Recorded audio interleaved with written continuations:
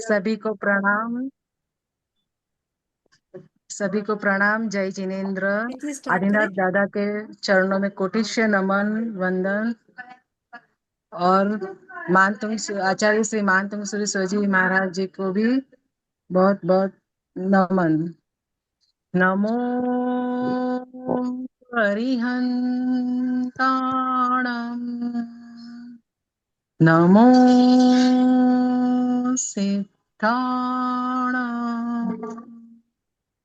नमो आयर्याणाम्। नमो वचायाणाम्। नमो लोई सबसाहुणाम्। ऐसु पंच नमुक्कारो सव पावपणासमणो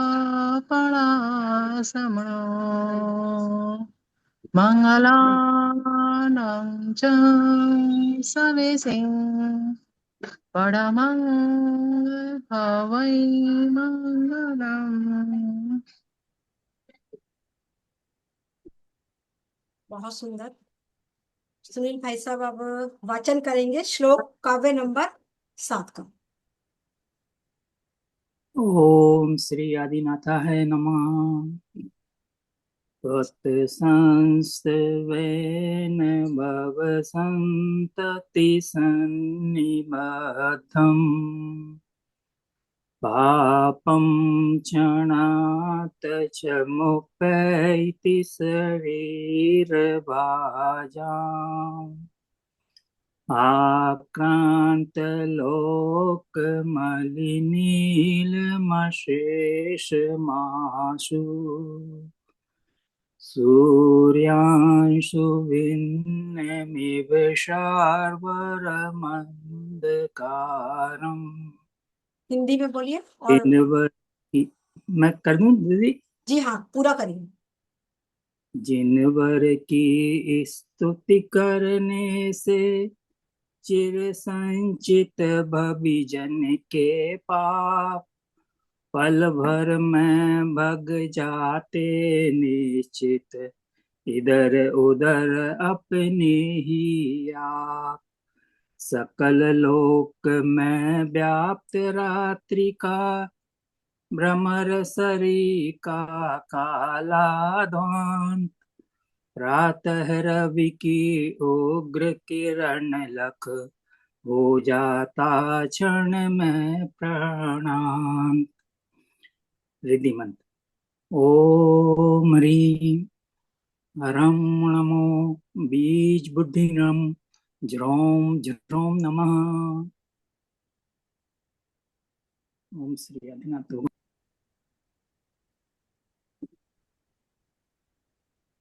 इस काव्य को महत्व को समझते हैं।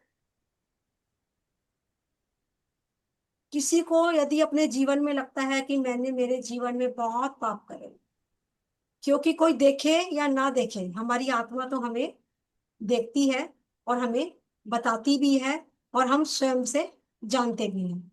यदि कोई भी हम गलत काम अपनी लाइफ में करते हैं, तो किसी को पता लगे या ना लगे, हमें स्वयं को तो पता ही है ना कि हमने सही करा है या नहीं करा। चाहे हम उस किसी के सामने उस चीज को स्वीकार करें चाहे ना करें, पर हमारी आत्मा हमें जानती है कि हमने वो काम सही किया है या सही नहीं किया। तो जिन लोगों को अपनी जिंदगी में किसी भी बात को लेकर मन में ग्लानि है,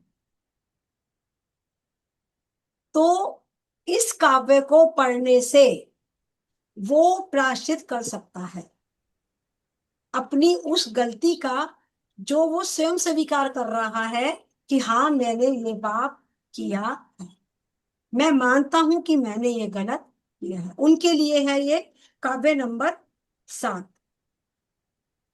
और किनके लिए है? जिनके जीवन में छोटे छोटे उपद्रव आते ही रहते हैं। एक मुसीबत टली, दूसरी आ गई, दूसरी टली, तीसरी आ गई, तीसरी टली, चौथी। कोई ना कोई प्रॉब्लम उनके जीवन में आती ही रहती है। उनके लिए ये काव्य जो चाहते हैं कि मैं मेरे सारे पाप कर्मों को इसी जन्म में धो लूं, उनके लिए ये काव्य बहुत उपयोगी है। क्या करें इस काव्य को लेकर? यदि जीवन में आपके बहुत परेशानी आ रही है, कहते हैं कि जीवन नीरस लगने लगे, जब जीवन में इतनी परेशानियां आने लगी कि जीवन हमें नीरस लगने लगे, चाहे वो बीमारी की हो, चाहे वो बच्चों की परेशानी हो, चाहे वो घर की परेशानी हो, तो आप सभी लोग देखेंगे कि कहीं आपका टॉयलेट ईशान कोण में तो नहीं है। यदि ईशान कोण में आपका बाथरूम है तो ये परेशानियां आपको नहीं छोड़ेंगी। क्यों? क्योंकि ईशान कोण में बैठकर हमारा पूजा पाठ का स्थान है, और पूजा पाठ के स्थान में बैठकर यदि हम मल मूत्र विसर्जन करते हैं तो आप समझिए कि कितना गलत काम हम कौन से स्थान पर कर रहे हैं।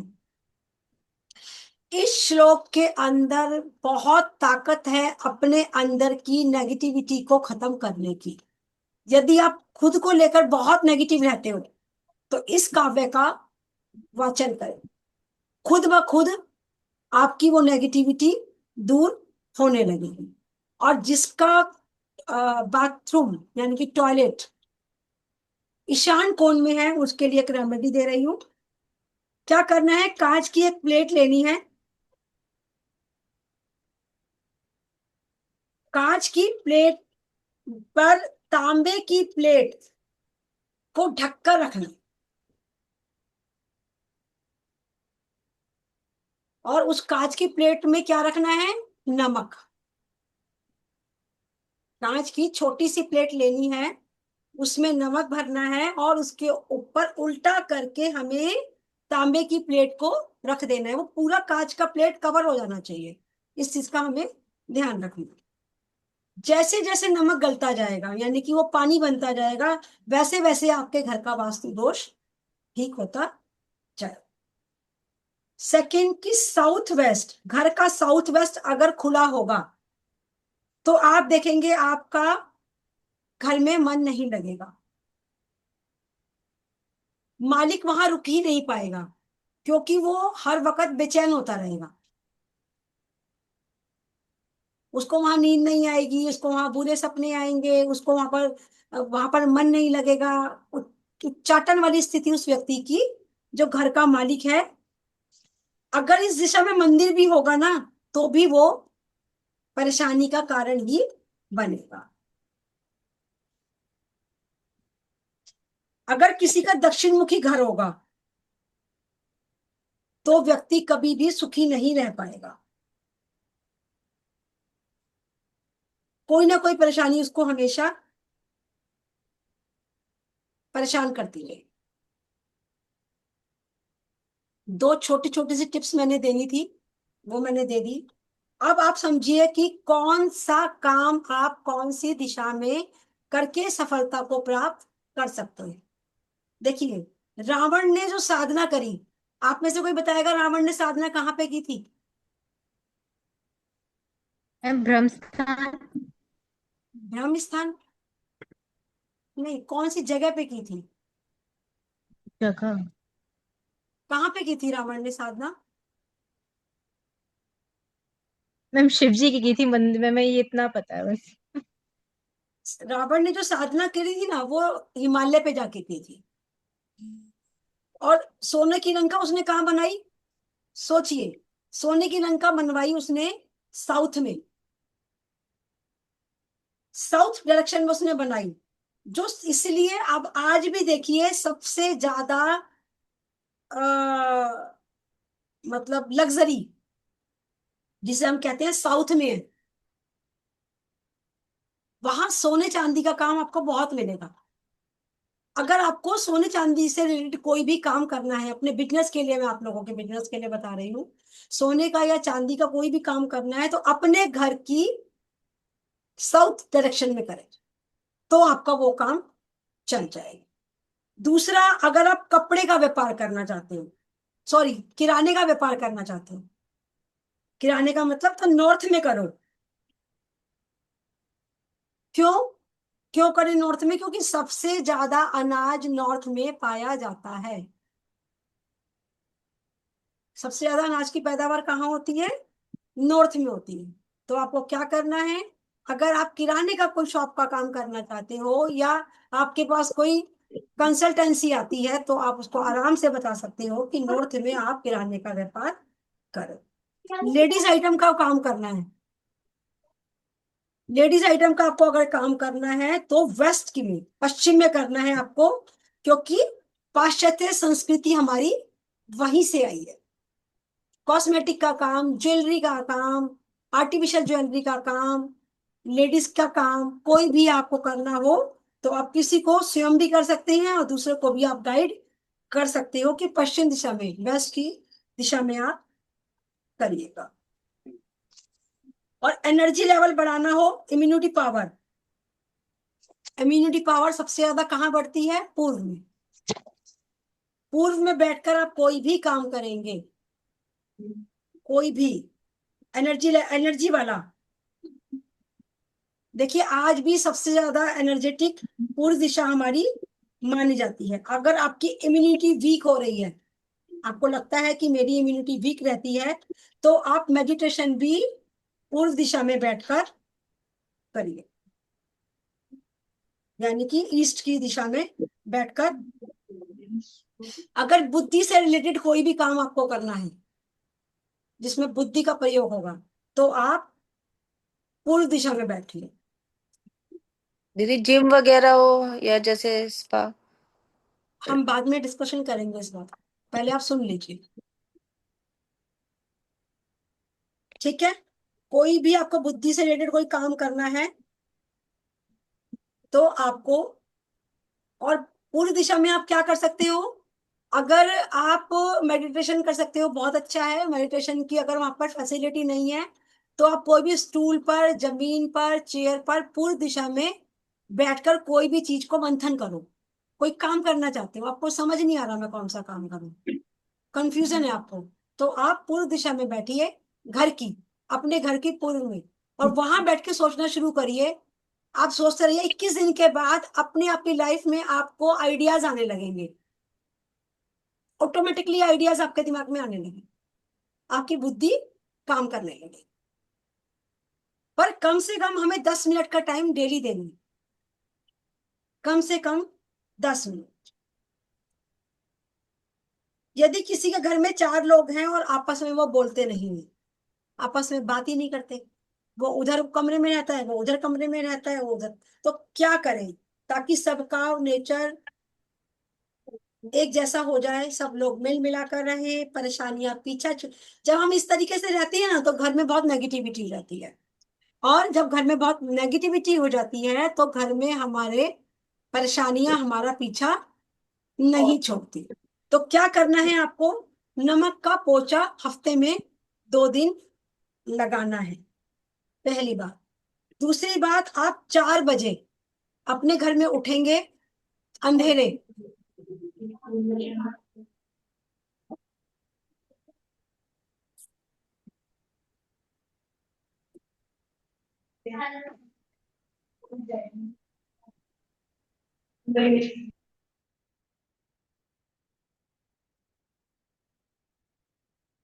अंधेरे में आप 4 बजे उठेंगे, मतलब दिन नहीं निकलना चाहिए, इस चीज का हमें ध्यान रखना है, दिन नहीं निकलना चाहिए। और उजाले से पहले पहले नमोकार मंत्र का वाचन करेंगे,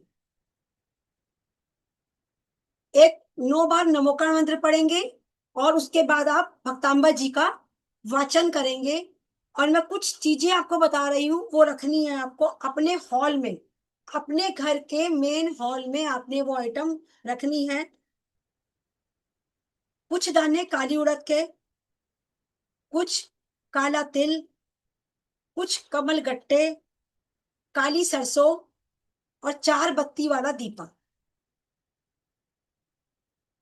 काली उड़द, काले तिल, कमल गट्टे और काली सरसों, 4 बत्ती वाला दीपक। जहां मेहमान आते हैं, हमेशा जब भी मेहमान आते हैं वो हमारे हॉल में बैठते हैं, तो हॉल में जो भी कोई हमारे घर में आता है वो जहां बैठता है वहां वो पॉजिटिव होगा तो पॉजिटिविटी छोड़ के जाएगा। अगर बंदा आके नेगेटिविटी वाली बातें करेगा, नेगेटिव बातें करेगा, तो निश्चित जानिए कि वो आपके घर को नेगेटिविटी छोड़ के जाएगा, नेगेटिव वाइब्रेशंस दे के जाएगा। इसलिए कहा जाता है कि एक स्थान बनाना चाहिए, इसलिए कहते हैं गेस्ट रूम। कोई भी हमसे मिलने आता है, हम हर किसी को लेकर अपने बेडरूम में नहीं आते। हमें नहीं पता वो किन विचारों से, किन थॉट्स को लेकर हमारे से मिलने के लिए आया है, किन भावों से हमारे बीच में आया है। तो जो आपका मेन हॉल है, जहां पर आके आपके गेस्ट बैठते हैं, वहीं पर आपने इस रेमेडी को करना है और सरसों के तेल से इस दीपक को जलाना है। और हॉल के किसी भी कोने में आप ये सारी चीजें रख देंगे और वहीं पर पास में सरसों के तेल का 4 मुखी दीपक को जलाएंगे। और कम से कम 6 से 8 घंटे बाद, या आपने दोपहर में किया है तो अगले दिन मॉर्निंग में आप झाड़ू लगाएंगे, झाड़ू से वो सारा सामान को बटोरेंगे और उसको थ्रो कर देंगे, बाहर डाल देंगे। पर इस चीज का हमें ध्यान रखना है कि कोई भी हमें टोके ना। आप पहले ही अपने घर में इस बात को बोलकर इस रेमेडी को करिएगा। अगर ये बोलेगा कोई कि अरे ये क्या रख दिया, अरे इस पे पैर तो नहीं लग जाएगा, आप पहले ही घर में सबको बताकर इस रेमेडी को करिएगा। और जब झाड़ू लगाएंगे तो बिल्कुल मौन से झाड़ू लगाना है, उस सारे सामान को उठाना है और उसको घर से बाहर फेंक देना है। वो घर की सारी नेगेटिविटी को आपको रिमूव कर देगा। और ये रेमेडी हमें कब करनी है? हमें अमावस वाले दिन करनी है। महीने में एक बार आप इस काम को करिएगा। कितनी करनी है? कम से कम 5 अमावस, और 9 अमावस भी आप इसे कर सकते हो। अगर किसी व्यक्ति का काम नहीं चल रहा, मतलब 2 दुकानें हैं, अपना काम नहीं चल रहा है, दूसरे का चल रहा है, वहां कस्टमर की लाइन लगी हुई है, अपना बैठे हुए हैं खाली, तो आपको क्या करना है? ये 7 नंबर का काव्य 21 बार आपने वाचन करना है।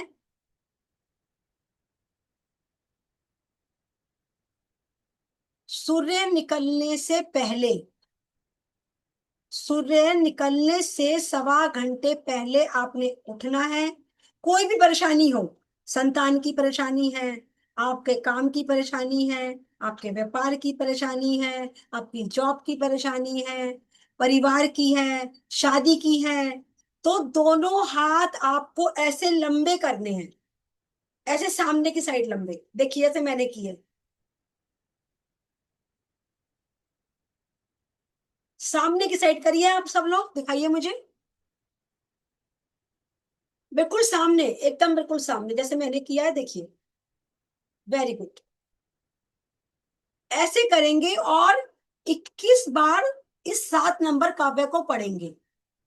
जैसे सपोज आपने 2 बार पढ़ा और आपके हाथ दुखने लगे, आप नीचे कर लीजिए, फिर दोबारा से काव्य को वाचन करते हुए हाथों को ऐसे ही रखना है और विजुलाइज करना है कि आपकी जो भी आप बोल रहे हो वो सारी नेगेटिविटी इन हाथों से, पूरी बॉडी की नेगेटिविटी या वो सब चीजें रिमूव हो रही हैं आपके हाथों के थ्रू, यानी उंगलियों से वो चीज निकल निकल के रिमूव हो रही है। तो ये बहुत अच्छा काम करें। हाथ हमको सामने रखिए, 21 बार इसका वाचन करिए। और करना कब है? सूर्य उदय से कम 1.25 घंटा पहले। आपको कैसे पता लगेगा कि नेगेटिविटी रिमूव हो रही है? आपके दोनों हाथ बहुत भारी हो जाएंगे। पहली बात तो हाथ भारी हो जाएंगे, सेकंड की आपको महसूस होगा कि नेगेटिविटी उंगलियों के थ्रू, उंगलियों के जो पोरे हैं उनके थ्रू निकल रही है। तो आप प्रार्थना करेंगे प्रभु से, हे प्रभु, हे अंतर्यामी, आप तो सब जानते हो, मेरे पुण्य को जानते हो, मेरे पाप को जानते हो, मेरे अपने जीवन में कितने 1 इंद्रिय, 2 इंद्रिया, 3 इंद्रिया, 4 इंद्रिया, 5 इंद्रिय, कितने जल का एक, पृथ्वी का एक, वायु का एक, वनस्पति का एक, कितने जीवों की मैंने हत्या करी है। इस पंचम काल में व्यापार करते समय, परिवार को चलाते समय, रिश्तेदारी को निभाते समय मेरे से अनजाने में जो भी पाप हुआ हो वो सब मेरा मिथ्या होवे, मिथ्या होवे, मिथ्या। हे प्रभु, हे दीनानाथ, मुझे अपना आशीर्वाद प्रदान कीजिए।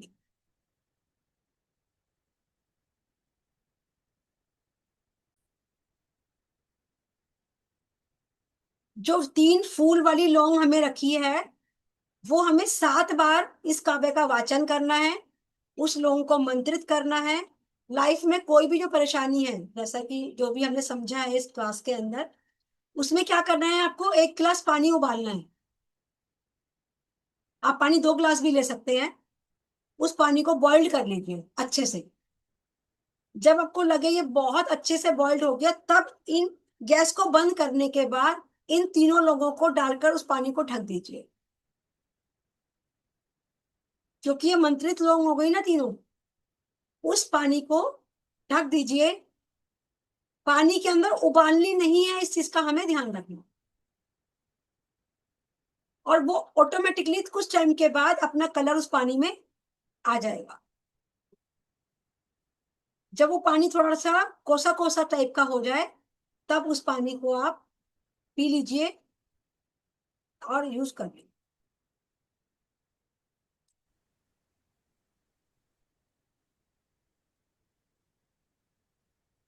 बच्चे जब होते हैं तो रोते बहुत हैं। बहुत बच्चे देखे होंगे जो बहुत ज्यादा रोते हैं, बहुत ज्यादा रोते हैं। और आजकल के तो मैंने बहुत बच्चे ऐसे देख लिए हैं कि जो सारा दिन रोते ही रहते हैं। जब देखो रोते रहते हैं, जब देखो रोते रहते हैं। तो बच्चों को चुप कैसे करें, उसकी रेमेडी लिखो। किसी का बच्चा रो रहा हो, आप जाओ और ये रेमेडी करो, वो सोचेगा अरे आपका ऑरा तो बहुत पॉजिटिव है। उसे क्या पता आपने क्या मंत्र फूंक दिया। बच्चे के सहस्त्रार्थ सर, बच्चे के सहस्त्रार्थ, सहस्त्रार्थ पारुल जी हाथ रख के बताएं। ये हाथ रखना है और बोलना है ओम क्लीम शांति, ओम क्लीम शांति। ऐसा हमें 9 बार बोलना है जो बच्चा रो रहा है। बच्चे के फोरहेड पर 3 बार फूंक लगानी है।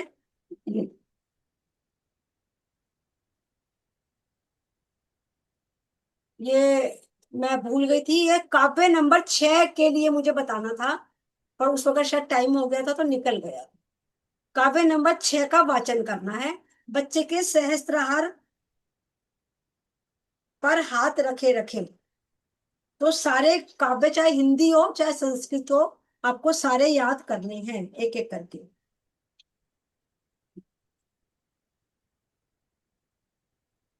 आप देखेंगे आप वाचन कर रहे हैं, बच्चा रोते रोते बिल्कुल चुप हो गया।